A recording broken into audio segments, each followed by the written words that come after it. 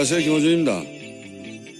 사법부에서 사법부를 대상으로 하는 국회 국정조사를 스스로 요구하는 전례 없는 목소리가 나오고 있습니다. 법관들의 정치 성향을 분류한 법관 블랙리스트의 존재 여부에 대해 전국 법관 대표회의에서 84%의 법관들이 추가적인 조사에 찬성했음에도 양승태 대법원장이 소불 바로잡자고 소를 죽이겠냐며 추가 조사를 거부했고, 이에 더 이상 사법부 자체 조사만으로는 진실을 밝힐 수 없다고 일선 법관들이 입법부에 이 사안의 진상을 조사해달라고 제안하자는 이야기가 나오게 된 겁니다.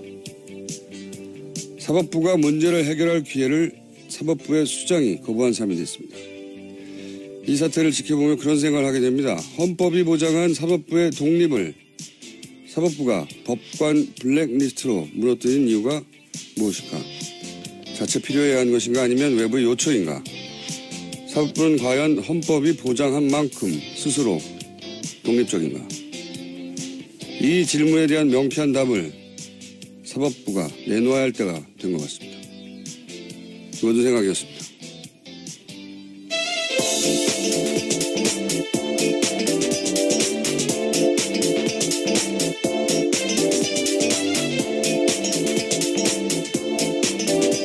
시사인의 김은지입니다. 자, 오늘도 가볼까요? 네. 오늘만 하면 이제 또 주말이죠. 일주일이 가네요. 시간이 참 빠릅니다. 벌써 7월이고. 그러게요. 정말 7월이네요. 언제 시작했죠? 김은지 기자가? 제가 12월 중순 정도에 시작했습니다.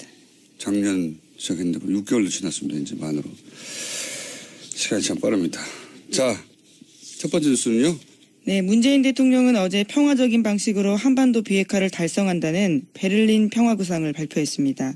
그러면서 5대 정책 방향을 제시했는데요. 6.15 공동선언과 14정상선언 이행, 북한 체제를 보장하는 비핵화 추구, 남북 간 합의들을 법제화, 한반도 신경제지도 본격화, 비정치적 분야 교류협력 확대입니다. 또 이를 위해서는 쉬운 것부터 먼저 하자라고 제안도 했는데요.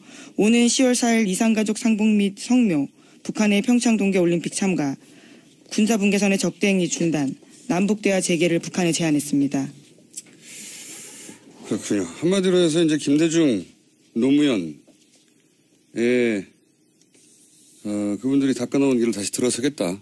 뭐 이런 이야기죠. 그리고 그렇게 얘기하면서 완전하고 검증 가능함을 불가역적인 CBID라고 약자로 비핵화를 이런 방식으로 하라고 조지 부시 1기 행정부 때 이 주장을 했어요. 북한이 굉장히 싫어하는 표현이에요, 이거. 그렇죠. 완전하고 검증 가능하고 불가역적인. 네, complete.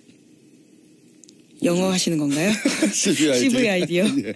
verifiable, irreversible. 예. 생각 안 하고 큰일 날 뻔했습니다. 예. 북한은 싫어하는 표현입니다. 예, 이게. 왜냐면은 이건 패전국에나 요구하는 거다. 디스멘트먼트, 마지막에 D. 생각 안 나, 조금 이따 생각났어요. 자, 근데 우리 대통령들이 이렇게 꼭 베를린 가서 대북 선언을 하는 이유가 있어요. 이제 김대중 대통령 때 베를린 자유대학 가가지고 베를린 선언을 했는데 굉장히 큰 반향을 불러일으켰거든요. 사실 그러고 나서 이제 노벨 평화상으로도 이어지고 남북 정상회담. 이제 독일이 평화적으로 통일을 했다는 상징성 때문에 이제 여기 가서 하는 거죠. 계속 그 이후에 대통령들도. 네, 박근혜 전 대통령도 드레스덴 구상이라고 해서 드레스덴 가서 발표한 적이 있습니다. 독일에 가가지고. 예, 물론 최순실 씨가 써줬다라는 것도 결국 이후에 통일 대박이 거기서 나온 거죠. 네. 곧 북한이 붕괴될 것이라고 생각하고 했다는 말들이 있죠. 이게 뭐 아무도 궁금해하지 않는 건데 저는 이런 디테일이 궁금해가지고 여기 이게 어디서 했느냐. 베를린 자유대학에서 김대중 대통령이 했는데 이번에는 퀘르버 재단에서 했어요. 네, 재단. 그렇죠. 재단 초청 연설이었습니다. 이게 이제 형식은 초청이지만 시진핑 주석이 거기 갔을 때도 거기서 했거든요. 3년 전에 난징 대학설 일본에 했다고 아주 크게 그 국제면을 장식했는데 우리나라에서 별로 보도 안 됐어요. 그러면서 센카쿠 열도하고 영토 분쟁이 생기면 전쟁도 불사하겠다. 일본하고 굉장히 싼 발언이죠. 그것도 여기서 했는데 여기가 이제 미국에서도 CSIS에서 했잖아요, 연설을. 거기가 외교안보 전문재단인데 독일에서 외교안보 전문재단이에요. 예. 거기는 싱크탱크 여긴 재단. 근데 좀 저는 이런 게 궁금하거든요.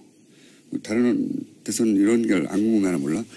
독일 정치권하고 아주 관계가 깊어요.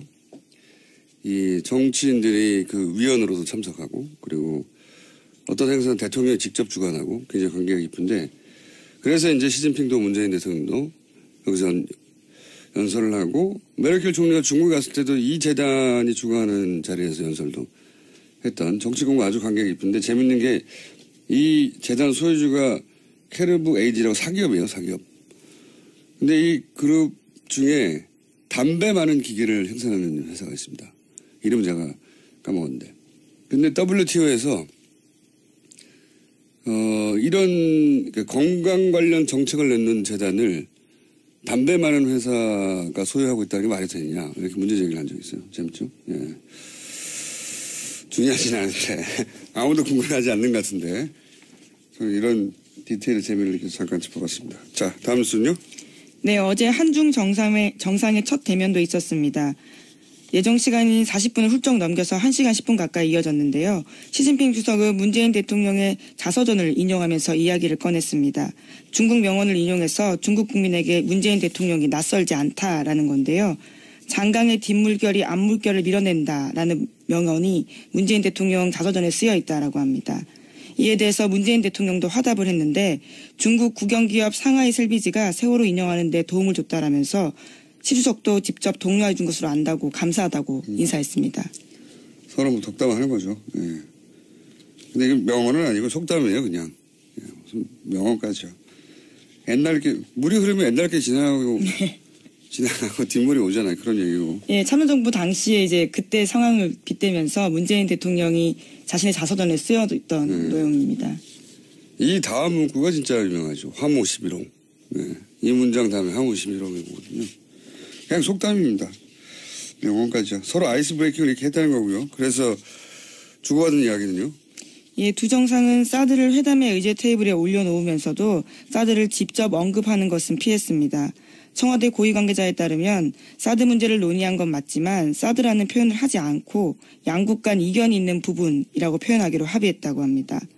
또 문재인 대통령은 사드가 북핵, 미사일 도발로 인해서 배치된 것이니 북핵과 미사일 문제의 해법을 찾아내면 사드 문제도 해결되는 것 아니냐라는 논리를 들이댔다라고 합니다. 또 특히 환경영향평가를 통해서 정말로 들이댔대요? 설득했다라고 합니다. 네. 네. 이런 논리를 구성하고 갔군요. 그러니까 북핵 때문에 이렇게 된 거니까 북핵을 같이 해결해서 사드도 풀자. 네. 논리 구성을 그렇게. 이게 뭐 쉽게 먹히진 않겠죠. 네. 사드가 북핵 때문이냐. 실제로는 그게 아니지 않냐. 전략적인 이 동북아에서 미국이 중국을 견제하기 위한 전략 수단 아니냐. 뭐 이런 얘기를 당연히 그쪽에서는 하겠죠. 어쨌든 우리 논리 그 말이 맞다 하더라도 우리 논리 구성은 이렇게 했다. 이런 얘기구나. 네요. 네. 네, 또 시간을 벌자라는 식의 이야기도 한 건데요. 환경영향평가를 통해서 사드 배치의 절차적 정당성을 확보하는 동시에 그 시간 동안 북핵 미사일 문제 해법을 찾아내자라는 논리를 제시했다고 합니다. 미국에는 절차적 정당성이 필요하지 않느냐 민주적 정부에서는 이런 얘기를 했고 그러면 자연스럽게 시간이 그 시간만큼 저절로 확보되는 거니까 그 시간 동안 북핵 문제를 좀 해결해보자. 이런 논리 구성으로 만났군요. 예. 이게 뭐 쉽게 끝날 이야기는 아니고 그렇게 이야기가 시작됐다고 합니다. 자, 다음 뉴스는요. 네, 앙겔라 메르켈 독일 총리와 문재인 대통령이 만나기도 했는데요. 메르켈 총리는 문재인 대통령에게 이런 질문했습니다. 국민의 41% 지지를 받고 당선됐는데 지지하지 않는 나머지 유권자는 어떻게 끌어안을 생각이냐라고 물었습니다. 그러자 문재인 대통령은 독일 사례를 들면서 국민 통합을 위해서는 여러 가지가 필요하다라는 이야기를 했는데요. 일종의 모범답안 이야기한 겁니다. 그러자 강경화 외교부 장관이 보충 답변 나섰습니다. 강 장관은 메르켈 총리님 제가 한 말씀 드려도 될까요? 라면서 발언 기회를 얻은 다음에요. 문재인 대통령은 41%의 지지를 받아 당선됐지만 취임 이후에는 국민적 지지율이 80%를 웃돌면서 사실상 국민 통합에 성과 내고 있다. 이렇게 대답했습니다.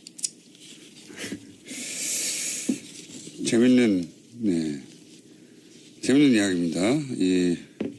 이걸 이제 도발적 질문으로 아마도 강 장관도 그리고 이걸 보도한 기자도 그래서 제목도 이제 도발적인 제목이 아니라 도발적인 질문을 했다고 표현했는데 저는 이게 도발적인 게 아니고 실제로 궁금한 거라고 봐요.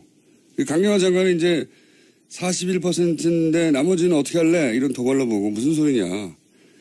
80%는 이미 통합됐어. 라고 이제 수행하는 장관으로서 대통령 자존심을 세워준 건데 저는 이건 통역 과정에서의 어떤 뉘앙스 때문에도 이런 일이 있었을 것 같아요. 저는 궁금함으로 보는 이유가 뭐냐면 메르켈 총리가 이끄는 기민당, 기사당 연합 지지율이 30%대예요. 항상. 예, 민주당은 50%대고 메르켈 본인 지지도 40%대예요. 예, 좀 이렇게 떨어지면 30대 후반, 높아지면 40대 중후반.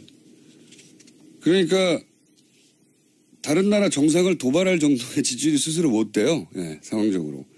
오히려 이제 독일은 일당이 휩쓰는 구조가 안 된단 말이죠. 예, 항상 이 정도 지지율에서 왔다 갔다 하는데 우파 정당이죠. 중도 우파. 뭐 중도 우파라고 해봐야 우리나라 진보 정당보다 더 진보적인데 어쨌든 그래서 연립을 하고 연정을 하면서 항상 고민이 그거거든요. 나머지 정당 지지자를 어떻게 포섭할 것인가. 항상 고민일 수밖에 없는 정치 구조인데 그래서 이제 실제로 저는 물어본 거라고 봐요. 예. 당선은 그렇게 했는데 나머지는 어떻게 포섭하냐. 정상 대 정상으로 궁금한 거죠. 예. 저는 그렇게 봅니다. 예. 이거를 도발할 이유가 없다. 도발로 해석했는데 중간에 통역한 분이 이제 그냥 드라이하게 전달하면서 그거를 받아들이는 사람 쪽에서 이렇게 받아들이는 게 아닐까. 저는 그렇게 생각이 들어서 혹시 나중에 통역한 분에게 그 뉘앙스를 정확히 물어서 나중에 메르켈 총리하고 단독 정상회담을 한다. 그럼 저는 이 주제를 굉장히 재밌어야 할 거라고 봅니다. 허심탄회하게. 저는 좀 다르게 봅니다. 도발이 아니고. 저는 그렇게 해석한다는 거요. 그게 맞죠. 앞뒤를 잘 생각해보면. 왔는데 41%인데 나머지 어떻게 할 거야? 도발할 의미가 뭐겠습니까? 자기도 그러니까 안 되는데. 자, 다음 주는요? 네, 두 사람 만나는 자리 바깥에서 교민들이 기다리고 있었는데요. 문재인 대통령이 거기 나가서 담장 사이로 교민들과 일일이 악수했습니다. 메르켈 총리도 문재인 대통령 옆에서 100여 미터를 함께 걸으면서 교민들과 인사했는데요. 박수현 청와대 대변인 말에 따르면 독일 총리실 관계자도 이런 장면은 처음이다라고 말할 정도로 메르켈 총리가 환대했다라고 합니다. 교민들이 느끼는 감상에 대해서는 제가 어제 잠깐 말씀드렸는데 인터뷰를 한번 해봐야 되겠습니다. 사실 국내에 있으면 잘 못 느끼는데 대통령이 와서가 아니라 그런 지나가는 과정을 겪고 나서 그리고 이제 그 지나가는 과정 자체가 사실은 독일 같은 경우에는 민주주의를 한국에 다시 배워야 된다 이런 기사도 많이 나왔거든요. 굉장히 뿌듯한 상황인 거죠. 어떤 감정을 교민들이 느끼는지는 저희가 한번 따로 인터뷰를 해보겠습니다. 네, 꼭 독일뿐만 아니고. 자, 다음 뉴스는요? 네, 국민의당 제보 조작 사건입니다. 검찰은 어제 이용주 의원의 보좌관 김모 씨를 소환했습니다. 참고인 신분인데요. 지난 3일 검찰 조사를 받은 김성호 전 공명선거 추진당 부단장은 당의 공식 통로를 거쳐 제보를 입수했다라고 밝힌 바 있습니다.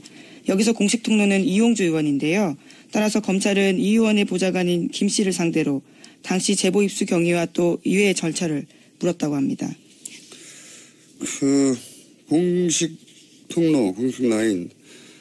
결국 이제 의원급을 소환하려면 그 전에, 보좌관부터 시작해서 모두 다 점점 의원급을 소환할 때가 됐다는 얘기겠죠. 예. 이건 이제 검찰 중간 발표가 있을지 아니면 최종 발표가 있을지 모르겠는데 그 전까지는 제가 보기에는 더 이상의 추정할 수 있는 뉴스가 별로 나올 것 같지는 않습니다. 네. 자, 이제 의원급을 소환할 즈음이 다다랐다는 정도고. 자, 다음 뉴스는요? 네, 어제 추미애 더불어민주당 대표가 국민의당을 비판했습니다. 제보 조작은 단독 범행이라는 조사 결과에 대해서인데요. 꼬리 자르기가 아니라 안철수, 박지원 머리 자르기다라고 지적했습니다. 이에 대해서 국민의당이 발끈했는데요. 막말이다. 국민의당 등에 비수를 꽂는 야비한 행태다라고 반발했습니다. 추 대표가 사퇴할 때까지 국회 일정을 전면 거부하겠다라고도 밝혔는데요. 당장 어제 오후 국회 예결위에 불참했고 추경안 상정도 불발됐습니다. 국민당 입장에서는 흔히 하는 표현으로 울고 싶은데 이제 뺨을 때려준 거죠. 국민당의 비수가 꽂혀있긴 해요. 예, 꽂혀있긴 한데 이제 본인들이 꽂은 거죠. 그건 예, 어렵게 팔을 돌려가지고 이 보도를 오늘 아침에 보니까 이제 동아일보에서는 여당 대표의 거친 입 때문에 이렇게 됐다고 예, 프레임을 잡았던데 책임 소재가 이제 여당에 있다는 거죠. 예. 프레임부터 원래 의도가 들어가는 거니까 보수 매체는 이게 국민의당 잘못이 아니라고 이제 말해주고 그렇다기보다는 이제 뭐든지 야당이 아니라 여당 잘못이라고 말해주고 싶은 게 보수 매체인 거죠. 당연히. 근데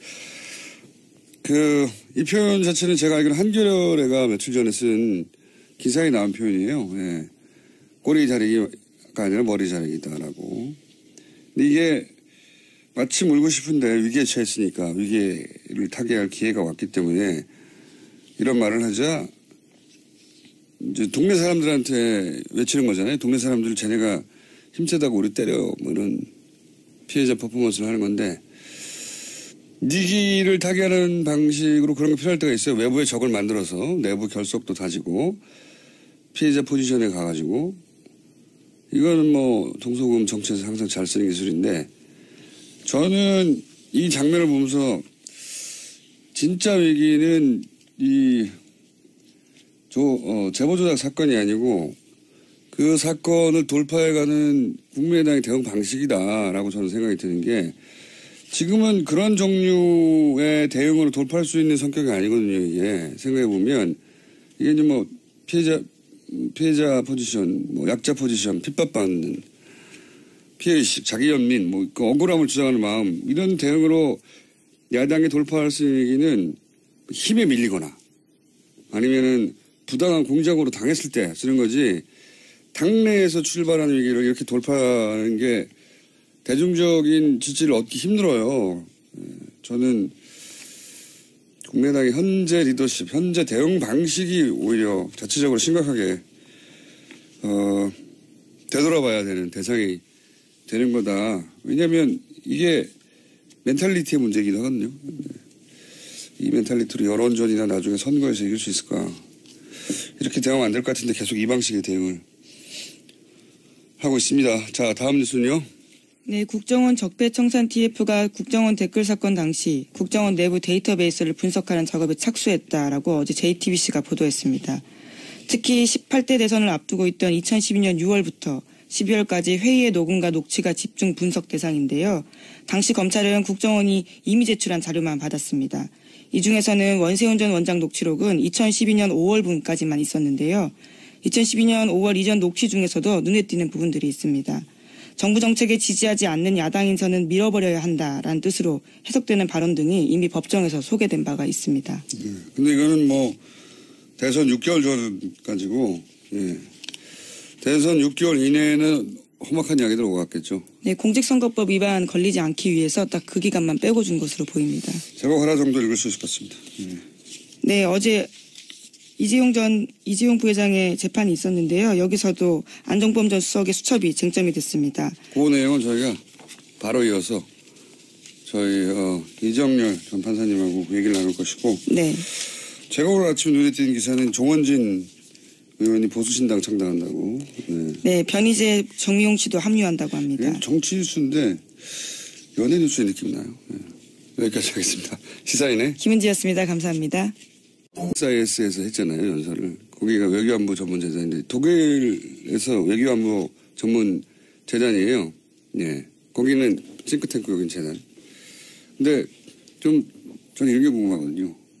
다른 대선 이런 게 안 궁금하나 몰라. 독일 정치권하고 아주 관계가 깊어요.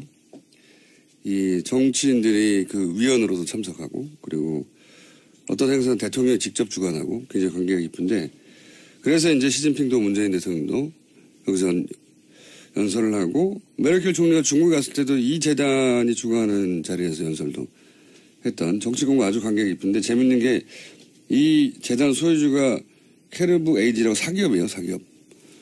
근데 이 그룹 중에 담배 많은 기계를 생산하는 회사가 있습니다. 이름 제가 까먹었는데. 근데 WTO에서 이런 건강 관련 정책을 내는 재단을 담배 많은 회사가 소유하고 있다는 게 말이 되느냐 이렇게 문제 제기를 한 적이 있어요. 재밌죠? 예.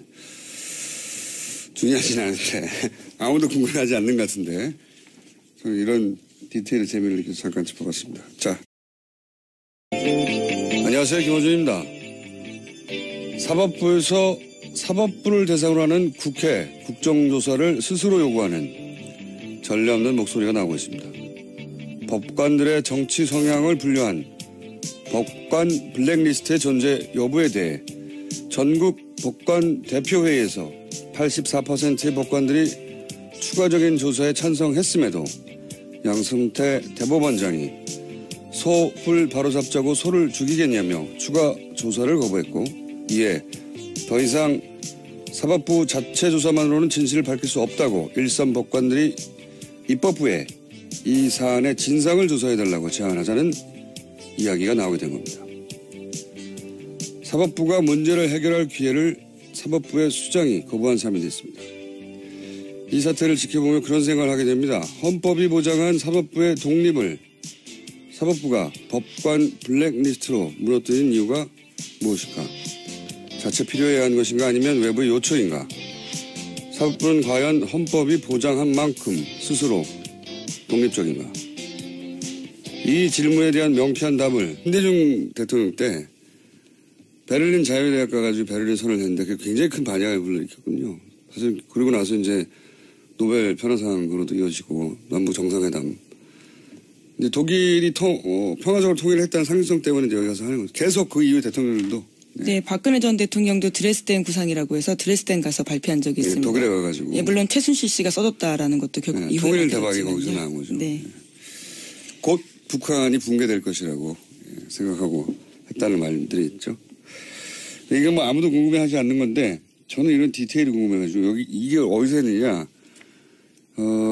베를린 자유대학에서 김대중 대통령이 했는데 이번에는 퀘르버 재단에서 했어요. 퀘르버 네, 재단. 그렇죠. 재단 초청 연설이었습니다. 이게 이제 형식은 초청이지만 시진핑 주석이 거기 갔을 때도 거기서 했거든요. 3년 전에 난징 대학설 일본에 했다고 아주 크게 그 국제면을 장식했는데 우리나라에서 별로 보도 안 됐어요. 그러면서 센카쿠 열도하고 영토 분쟁이 생기면 전쟁도 불사하겠다고. 네, 일본하고 굉장히 싼 발언이죠. 그것도 여기서 했는데 여기가 이제 미국에서도 CS 평창 동계올림픽 참가, 군사분계선의 적대행위 중단, 남북대화 재개를 북한에 제안했습니다. 그렇군요. 한마디로 해서 이제 김대중, 노무현의 그분들이 닦아놓은 길을 다시 들어서겠다. 뭐 이런 이야기죠. 그리고 그렇게 얘기하면서 완전하고 검증 가능함을 불가역적인 CBID라고 약자로 비핵화를 이런 방식으로 하라고 조지 부시 1기 행정부 때 이 주장을 했어요. 북한이 굉장히 싫어하는 편이에요, 이거. 그렇죠. 완전하고 검증 가능하고 불가역적인. 네, complete. 영어 하시는 건가요? CVID요? 예. verifiable, irreversible. 예. 생각 안 하면 큰일 날 뻔했습니다. 예. 북한은 싫어하는 표현입니다. 예, 이게. 왜냐면은 이건 패전국에나 요구하는 거다. 디스멘트먼트, 마지막에 D. 생각 안 나, 조금 이따 생각났어요. 자, 우리 대통령들이 이렇게 꼭 베를린 가서 대북 선언을 하는 이유가 있어요. 이제 사법부가 내놓아야 할 때가 된 것 같습니다. 모든 생각이었습니다.